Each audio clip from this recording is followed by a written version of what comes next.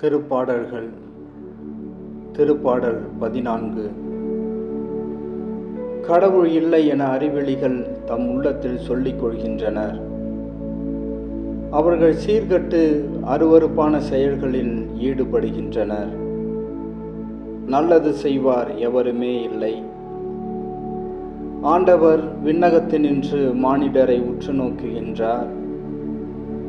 மதிநுட்பமுள்ளோர், கடவுளை நாடுவோர் எவராவது உண்டோ என பார்க்கின்றார்.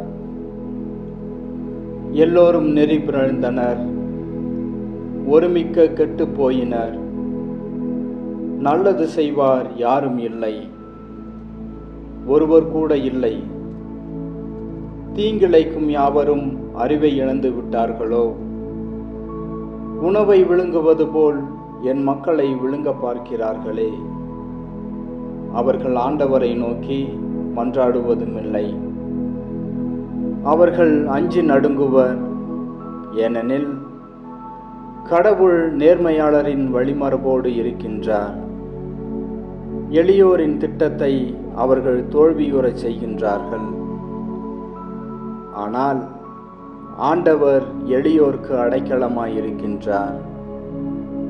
சீயோனிலிருந்து இஸ்ரவேலருக்கு மீட்பு வருவதாக. ஆண்டவர் தம் மக்களுக்கு மீண்டும் வளமான வாழ்வை அருளும்போது யாக்கோப்பின் இனத்தார் களி கூர்வாராக. இஸ்ரவேல் மக்கள் அகமகிழ்வாராக.